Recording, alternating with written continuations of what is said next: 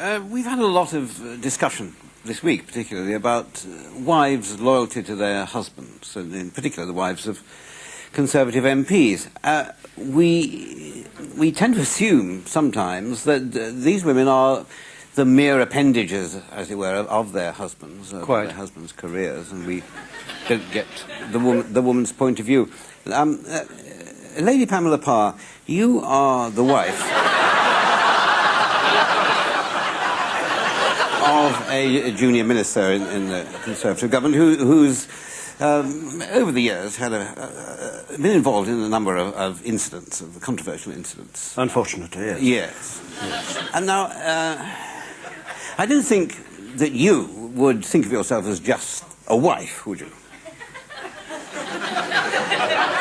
No, I hope I'm rather more than that. Yes.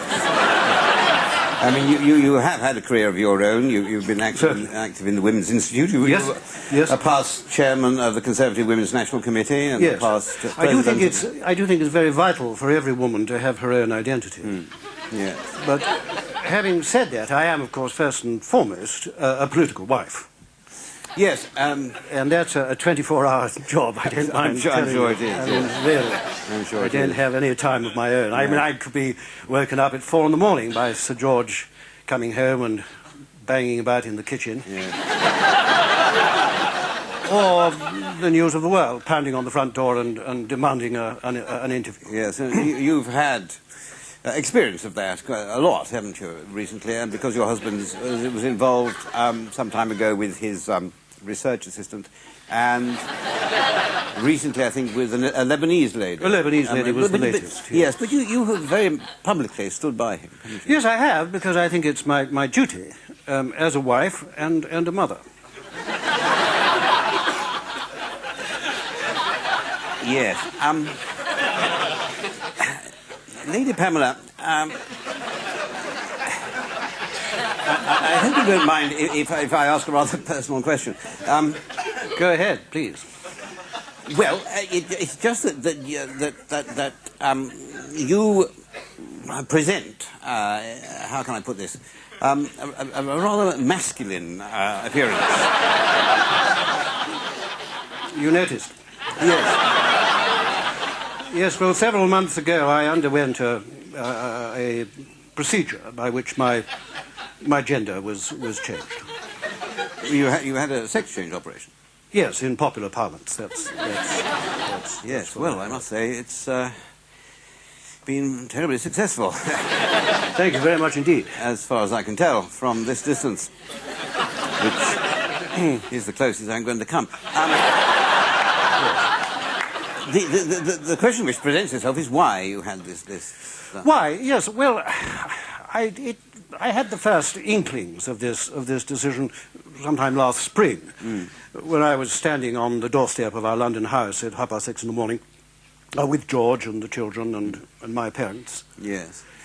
And having our photograph taken. This was the usual routine thing of a show of unity. A show of unity. Yes. And I was holding his hand and laying my head on his shoulder and gazing up at him adoringly. And then a thought struck me. You thought you couldn't take this anymore? No, not at all. What I thought was, is this actually helpful? Yes, I see. Yes. Because there I was in my little pink dress and high-heeled shoes, and I'd been up all night getting my hair right and all that sort of thing. And then I suddenly thought, people seeing the photographs or me on television, what are they going to be thinking?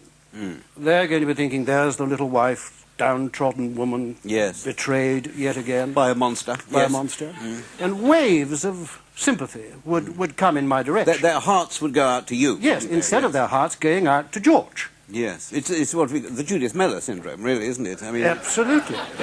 After all, George is the minister, and everyone's terribly, terribly sorry for Judith, who's got a heart as big as a bus. Yes.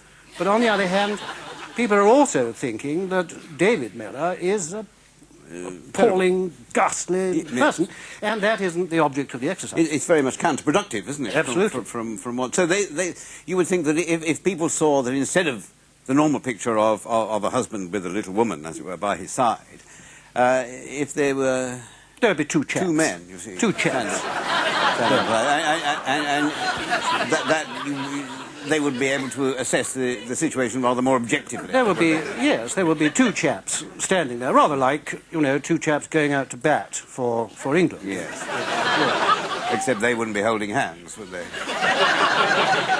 Well, not at Lord's. No. And, of course, in the future, I won't be holding George's hand, because I think that would be very tasteless. But you don't... yes, of course they will. Yes. I can see that. But you don't think that this tableau, as it were, of two men standing about with the children and the in-laws, wouldn't that be rather embarrassing and curious? Oh, not at all, not at all, because people would think, you see, that it would be all right for George to have affairs with other women as long as he was married to a man. Yes, yes. Because there wouldn't be that tension between the wife and the mistress. No, I do see that. And, of course, they would say, when Judith Mello says she understands, people don't believe her, do they? No, of course they think, how could she possibly? Yes, he's just... But you, I mean... well, I would understand, because I'm a man. Yes. And I really am a man. I mean, I'm not just dressed up as a man. Yes, I very, very much take your word for that. Yes. And also, as a man, I can see the kind of temptations that might lie in wait for a minister of the Crown, because there's honestly a great deal more to George than just sex scandals. Is there? What? Well, there's corruption, for a start.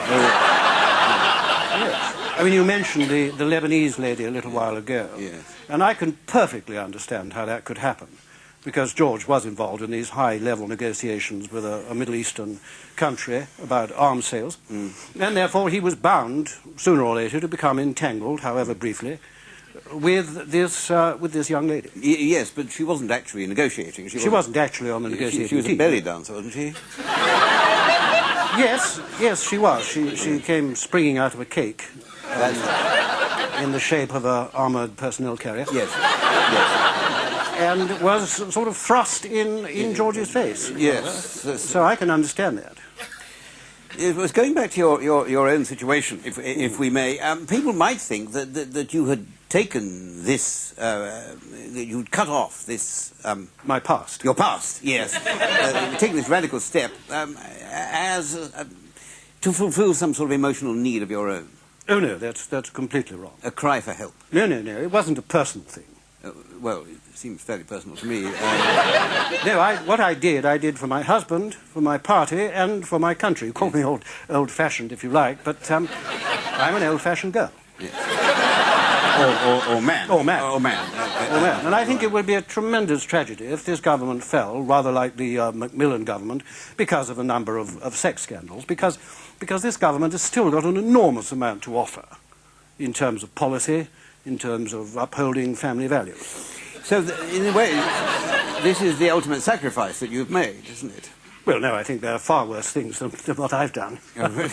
Yes, have you been very close to George? No, I haven't, but you have. Well, I suppose there was an element of sacrifice in it, but as my surgeon said when I was under the knife, just lie back and think of England.